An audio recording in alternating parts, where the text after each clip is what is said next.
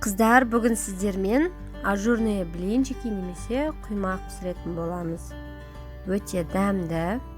Алдымен бізге керек заттар: сұйық май, сүт, жұмыртқа және ыстық су, кипяток, қант және ұн, ең соңына сода.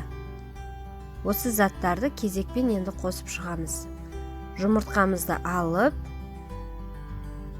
оның үстіне қант салып, бір миксерлеп аламыз.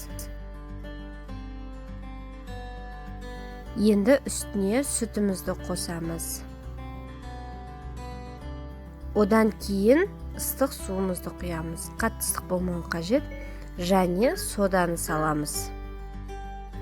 Бір миксерлеп аламыз. Оның үстіне ұнымызды екі бөлікке бөліп, бірінші бөлігін бір, екінші бөлігін бір салып араластырып аламыз.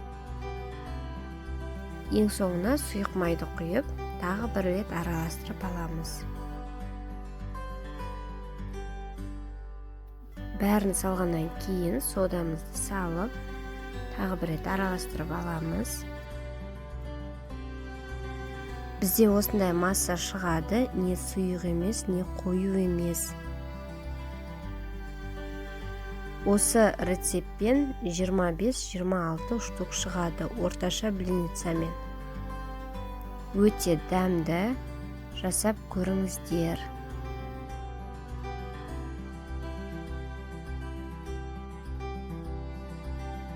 Мінекей, бітті. Өте дәмді болады. Барлықтарыңызға ас болсын. Сіздермен болған Айжан Ерболат қызы. Менің инстаграм каналыма тіркеле кетіңіздер.